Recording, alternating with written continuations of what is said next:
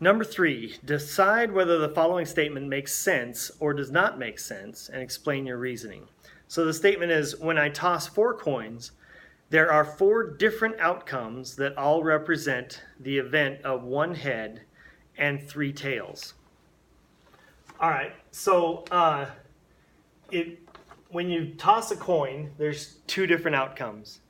And then if you toss the coin again, there's 4 different possibilities. You can get heads, heads, heads, tails, tails, heads, or tails, tails.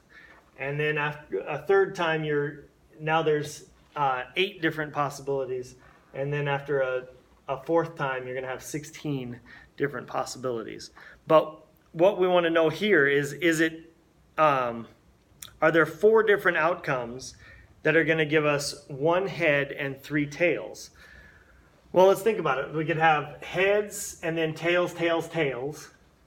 That would give us 3 tails, 1 head. Or we could have tails and then heads and then tails and tails. Or we could have tails, then heads. No, let's see. Tails, then tails, then heads, then tails. Or we can have tails, tails, tails, and then heads.